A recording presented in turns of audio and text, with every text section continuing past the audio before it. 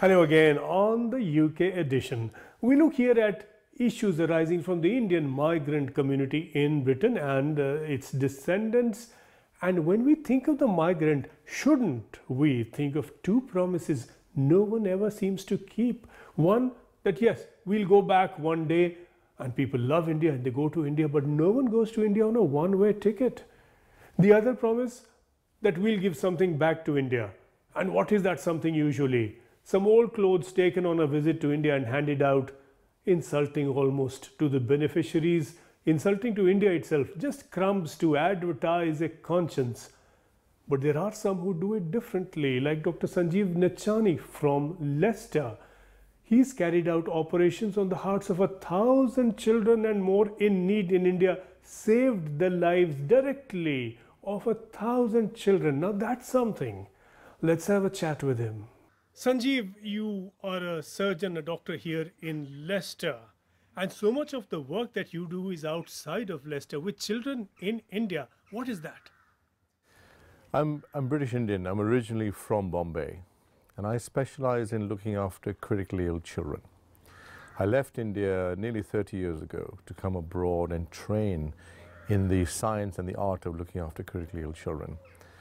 And when I left, I obviously knew there was a huge dearth of facilities for these very sick, very vulnerable children. When I did my training and I settled here, I vowed at some point in my career I want to give something back. You know, a lot of people take that vow, but that vow remains a sentiment and an announced intention. At what point did you change that from intention to action? So essentially, I've been in Leicester about 21 years. I came to set up a new facility where critically ill children are admitted and looked after. And once, in fact, there are two such units, two intensive care units in Leicester. And once those started running smoothly, so about 10 years ago, I thought about legacy. I thought about the vow. And I thought to myself, I must give something back. And that's when I decided, because I knew firsthand what the huge dearth of facilities, particularly heart surgery for children, that existed. I thought to myself, the best way to give something back is to take teams of doctors and nurses to India, originally Bombay, where I'm from, to perform heart surgery on children for free. That sounds like logistically cumbersome and otherwise expensive.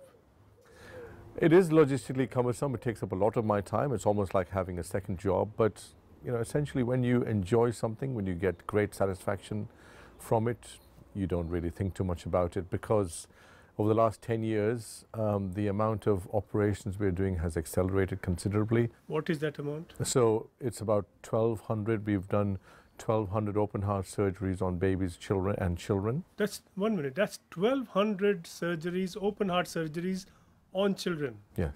And their families have paid nothing for it. The families have paid nothing to us. We raise money here in the UK. The great British public are very generous, and we raise money to send the teams to India, costs. and basically the costs. So a lot of these operations are done for free. A lot of the operations are done at minimal costs by the hospital to recoup their own costs, which is reasonable. And a lot of the money that the hospital needs is provided by various trusts that we work with in the various different hospitals in India. But you charge nothing for Nothing. Not only do we charge nothing, everybody in the team takes annual leave and goes in their annual leave.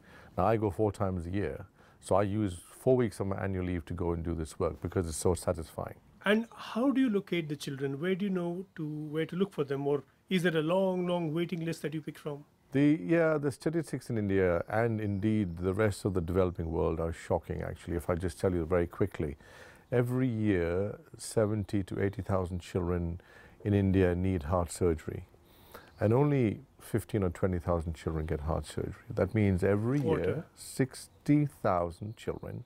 Imagine, we are now 70 years old as a country. 60,000 children are born needing heart surgery that don't get it. So the numbers are vast and shocking, and it's tragic. So there are plenty of patients to operate on, and it's just a case of finding the right like-minded hospital that wants to give something back and doesn't want to make money. Most of these, 80% of these children are very poor, and therefore the only way they can get operated is if they get onto the Rajiv Gandhi Yojana scheme and other schemes in India which the government has started. How effective are they? They are reasonably effective in the right hands. I know there's a lot of abuse, and we will not associate with any such hospitals. There are one or two hospitals that I won't name that we were initially associated with, and I looked at the accounts. I realized that they were not doing what they promised me they would do, i.e. charge the minimum costs, their own costs. So we are very careful in how we vet hospitals, and now it's more by word of mouth. So now we are all over India. We've been to all over India. We've been to about 20 centers in India, 20 different hospitals. What level of sophistication do you need in a hospital to be able to operate? Mm-hmm. So you're right, a very good question, because heart surgery, as you've already alluded to, is a very sophisticated technique and operation. So at the very minimum, you need the hospital to be doing adult cardiac surgery, because if they have the equipment like a bypass machine, like an echocardiogram, like an intensive care unit for adult cardiac surgery, that can be very easily and safely scaled down to do baby and pediatric cardiac surgery. So that's the basic prerequisite. If a hospital is not doing adult cardiac surgery, then we can't go there. What are the kind of costs for just doing this? We know that you yourself take nothing and in fact give much to this, but on average, what is the cost for one heart surgery for a child in India? Yeah, so if you just look at the pure, when I was working at the Holy Family Hospital in Bombay, where we did a lot of work, if you just look at the pure hospital costs that they obviously need to recoup, you divide it into simple operations and complex operations. So for a simple operation, roughly 1 to 1.5 lakhs will cover the hospital costs. That includes the operation, that includes intensive care, those sorts of things. For the more complex operation, it's 1.5 to 2 lakhs. The Rajiv Gandhi scheme you mentioned covers about 2/3 of the costs, either of the simple or a complex operation, and they scale the amount they pay depending on the complexity. So it's a substantial amount. Yeah, so this scheme supports your work substantially. Yes, in certain hospitals it does. Yes, indeed. Yes. And how much money do you raise in the UK for this a year? The great British public have been amazing and have kept us going for 10 years. Not only that, we've scaled up considerably. So last year, for instance, we did 21 trips to various parts of the world. India, obviously, Africa, Malaysia, Romania. This year, I've been to Mauritius. We've been to Mauritius as well. So we raise in the region of 70,000 to 100,000 pounds a year. When you say we, is this some established charity or specifically your work? Healing Little Hearts, the charity that I founded in 2007, is a UK registered charity. So we have 3 trustees, we have a committee, we have a chair of the committee. It's completely regulated and governed by the UK Charities Commission. So yes, when I say we, it is the trustees, it is the committee that raise all this money, and lots of friends and family. Fortunately, over time, people have gotten to know the work we do. And just today I've had a message from somebody saying that Holiday Inn want to raise money for us. So the word spreads, and once you tell people that you're doing heart surgery on children, saving lives right away, they say, wow, that's incredible, how can we help?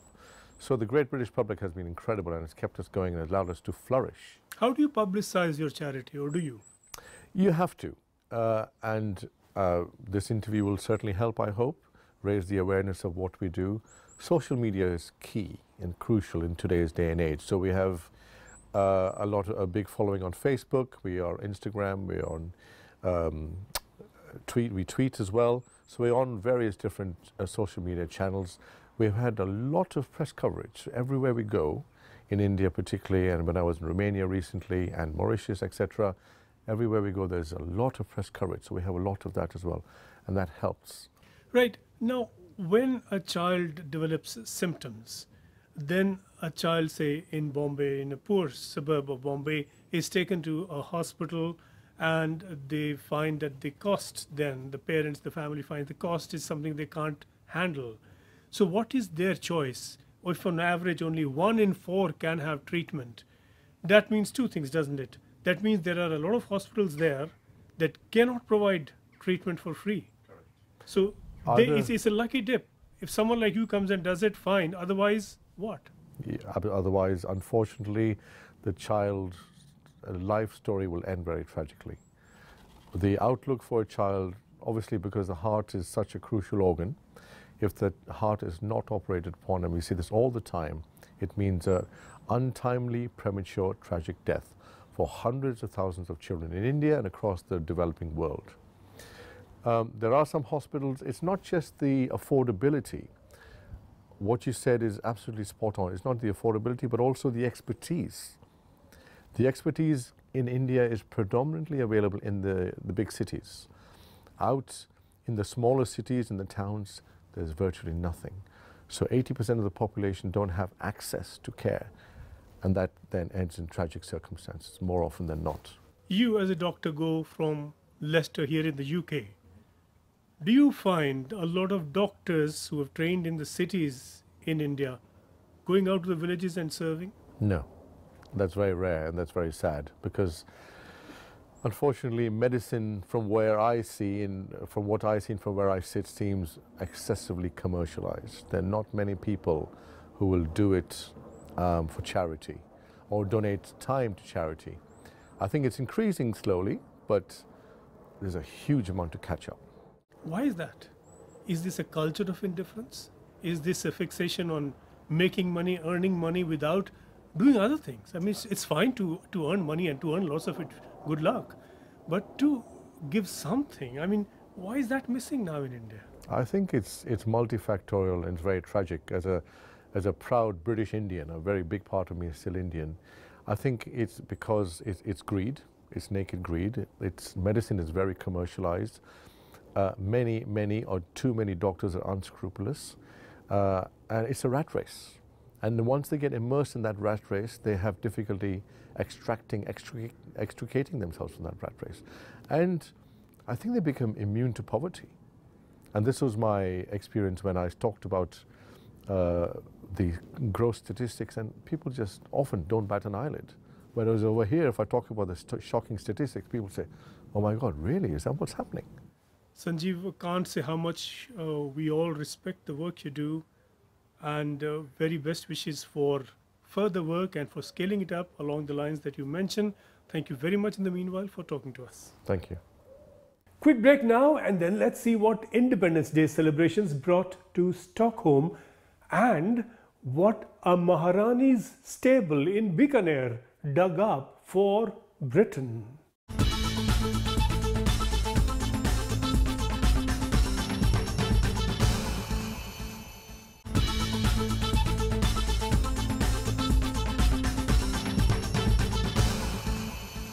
Welcome back, and as promised, let's not leave Independence Day celebrations behind this year without visiting Stockholm. India's Independence Day came this year to the Nordic part of the world as never before. Stockholm got a taste of India in all sorts of ways, and for a start, in the best possible way by way of Indian food. With the food came a splash of Indian colour and dance on the streets and an India festival to mark the occasion. Top Swedish chefs joined the food festival. This year, India celebrated 70 years of her independence, and we had grand celebrations in Sweden as well. We partnered with several distinguished organizations in Stockholm and in Gothenburg to have a grand 70 years of India's independence celebrations. The Stockholm Cultural Festival featured India as the theme country. On the 15th of August, we hoisted the national tricolour just outside the precincts of the Royal Palace. This was an exceptional gesture which was made by the Swedish authorities, especially towards India. With food around, Indian dance couldn't be far behind. Dance performances came from Bollywood, with several Indians settled in Sweden joining in. The Indian community in Sweden is small but vibrant. Sweden has about 20 to 25,000 Indians living in all parts of Sweden, and I think Stockholm probably has the maximum population. Many of them came here to study and to work, and I think the first round of immigrations happened around the 50s and the 60s. But in the last 10 years, we see actually a lot of people have come within the information communication technology professionals who have come to Sweden and work for a lot of the Indian ICT companies. In our Namaste Stockholm festival, they are a big contributing factor, because actually for these big performances that we did at Namaste, a lot of them was local Indian talent. They are students, they are professionals, but they also want to contribute and integrate with the Stockholm and Swedish society by showcasing their art, their culture, and the different regions of India, the diversity that India represents. And this is something we've been very successful in bringing out through the Namaste Stockholm Festival. Capping the cultural show was a tabla recital by Zakir Hussain, but through all the cultural stuff, nobody was losing sight of new business opportunities with India. I think the digital part of the economy is a huge opportunity. India being so good at education and putting a lot of brilliant young minds into the digital age, and Sweden being one of the startup nation of the world, that is, the creative cluster of Sweden is really booming. I think kind of joining forces in the digital age, I think is an excellent opportunity for both Sweden and India. And I think the digital part of the economy will transform traditional industries, all part of society. So it's not in just one area of society, it's all areas of society. And this is one of the things I think we stand most to gain to work together. With Sanjay, Suri in London, this is Vaibhav Verma for News 18. An old British bomber survived the Germans in the First World War and now returns to Britain via a Maharani's stable in Bikaner. Let's see. This rare archive footage shows the world's first strategic bomber, the Airco DH9. It is hard to imagine the modern battlefield without precision strategic airstrikes, but back in 1917, the technology was still in its infancy. Until the DH9 took to the air, pilots would drop their bombs over the side by hand. It was dangerous and inaccurate. The introduction of the DH9 to the Western Front in the World War I meant larger bombs could be dropped more accurately far behind enemy lines. So the DH9 holds an important place in aviation history. It's no wonder this example is being so lovingly restored at the Imperial War Museum, Duxford. Getting the plane back to its condition has taken the team 60,000 hours of labor. After service in World War I, the British government gifted the aeroplanes to Commonwealth countries as a thank you for their participation in the war. The DH9 formed the first planes in India's new Air Force. After its retirement, it was taken to a Maharaja's summer palace and stored in an elephant stable. Sadly, the engines were taken out and the aircraft were put into an elephant stable. The engines were then used to help to pump water around the estate, which is where we retrieve them from. And the aircraft themselves were left in the elephant stable, which was fortunately very dry. The biggest problem we had was that the termites had attacked the wood, which wasn't good news. These photographs show the extent of damage the plane has suffered from nearly a century of neglect.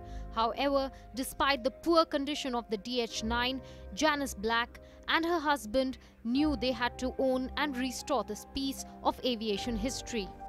After a bit of negotiation with the Maharini and her daughter, we went to Bikaner and we were allowed to go into the desert where their summer palace was and see the aeroplanes. And we literally went in with lamps like this because there was no electricity. And it was like a wonderful bit of archaeological expedition. And there they were. Historic aviation engineering is very much a male-dominated world. So Janice says she sometimes gets some surprised responses, but that her passion is just as strong. Yes, particularly because I'm a woman. But it's something you feel the passion in your heart for them. You can't help it. After some careful work, the two wings are finally attached and the DH9 is sitting smartly in the hangar. The mahogany wing struts look like an example of fine furniture and not the bracing joints of a military bomber. Carl Warner, a historian at the Imperial War Museum, explains the significance of the DH9 in annals of aviation history. Well, 1917 marks a really important period for the Royal Flying Corps, the Royal Naval Air Service and aviation in general. It's a year when there's still this incredible arms race between the development of German aircraft and British aircraft, and it's a year when the roles of aircraft are really very much set. So we have the fighting scouts, we have the fighters in the sky able to knock out other aircraft, we have the reconnaissance aircraft, and of course we have this new generation of bombing aircraft that are not simply being designed to support the battlefield, to support ground operations. They're being designed to take the war to the enemy, so to go beyond the battlefield. And that's very much the start of this idea that the bomber will always get through, and that preoccupation that moves into the 20s and 30s and 40s as to the awesome power of the bomber. And it's really led by aircraft that do that strategic bombing work, such as the DH9. Unfortunately, despite the foresight the DH9's designers had shown, the plane was let down by an unreliable engine, and many were lost over German lines as a result. An unreliable engine might be worrying news for future test pilots of this DH9. The Historic Aircraft Collection team is hoping its DH9 will be restored to airworthiness and will take its first test flight later this year. Bureau Report, News 18. Bye for now and have a great bank holiday weekend. That extra day means a lot, doesn't it? See you soon.